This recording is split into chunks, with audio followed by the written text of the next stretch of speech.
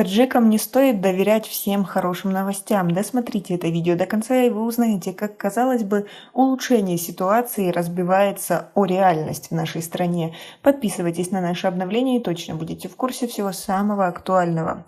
Минимальный размер заработной платы для всех экономических и социальных сфер Таджикистана 1 июля повышается до 600 сомани. До этого размер минимальной зарплаты в стране составлял 400 сомани.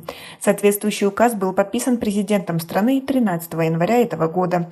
Также, согласно документу, с 1 июля на 20% увеличиваются должностные оклады работников органов власти, государственного управления, учреждений образования, науки, культуры, спорта, здравоохранения, учреждений сферы социальной защиты, других организаций сферы социальной защиты и бюджетных организаций. Размер базового оклада медицинским работникам повысили на 20% и установили в размере 366 сомани.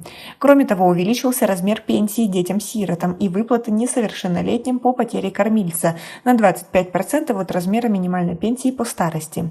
Действующие стипендии студентов и другие виды стипендий, в том числе президентские стипендии, также увеличились на 20%. Напомним, с 1 января этого года на 20-25% были увеличены должностные оклады военнослужащих, сотрудников правоохранительных органов.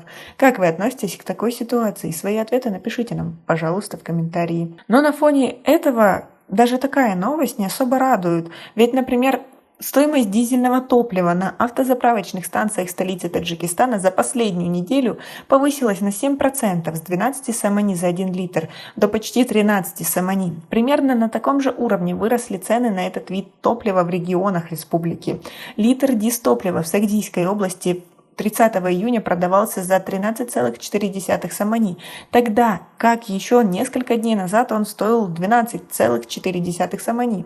Розничная стоимость дистоплива в Хатлонской области в зависимости от локации городов и районов этого региона составляет 13-14 сомани, а это на 1 сомани больше, чем неделю назад. Согласно официальным статистическим данным, в январе-мае этого года розничные цены на дистопливо в республике повысились почти на 9%. Рост стоимости данного вида топлива в антимонопольном ведомстве страны объясняют повышением спроса на него в странах-экспортерах и, соответственно, повышением цен производителей.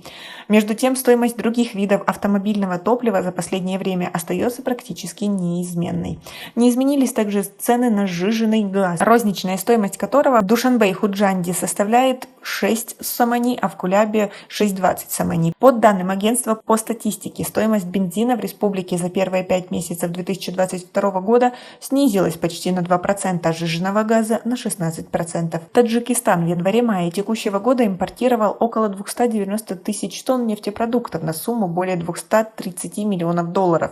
Объем поставок по весу вырос на 39%, а по стоимости в 2 раза.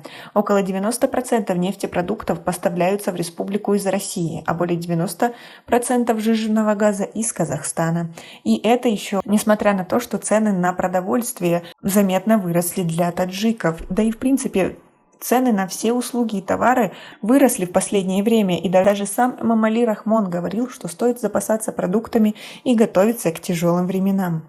Как вы к этому относитесь? Свои ответы напишите нам, пожалуйста, в комментарии. У нас пока на этом все. Оцените наше видео подпиской и лайком. До скорой встречи!